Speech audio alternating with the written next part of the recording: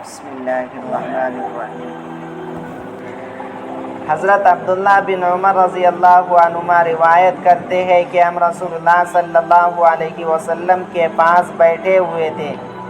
ایک انصاری صحابی نے آ کر آپ کو سلام کیا، پھر واپس جانے لگے۔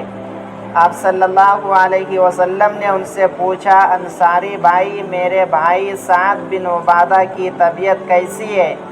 انہوں نے عرض کیا، اچھی ہے۔ آپ صلی اللہ علیہ وسلم نے ساتھ بیٹھے ہوئے صحابہ سے ارشاد فرمایا، تم میں سے کون اس کی عیادت کرے گا؟ یہ کہہ کر آپ صلی اللہ علیہ وسلم کھڑے ہو گئے۔ ہم بھی آپ کے ساتھ کھڑے ہو گئے۔ ہم 10 سے زائد افراد تھے۔ ہمارے پاس جوتے تھے نہ موزے، ٹوپیاں تھی نہ قمیص۔ ہم اس پتھریلی زمین پر چلتے ہوئے حضرت سعد رضی اللہ عنہ کے پاس پہنچے۔ اس وقت ان کی قوم کے جو لوگ ان کے قریب تھے پیچھے ہٹ گئے۔ رسول اللہ صلی اللہ علیہ وسلم اور آپ کے ساتھ جانے والے صحابہ رضی اللہ عنہم ان کے قریب ہو گئے۔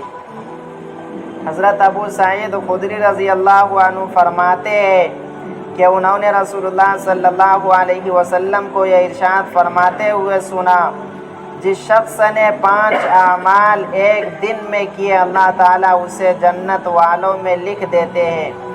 بیمار کی عیادت کی، جنازے میں شرکت کی، روزہ رکھا، جمعے کی نماز کے لیے گیا اور غلام آزاد کیا۔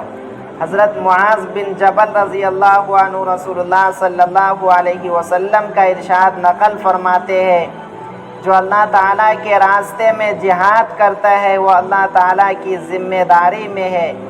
جو بیمار کی عیادت کرتا ہے وہ اللہ تعالیٰ کی ذمہ داری میں ہے۔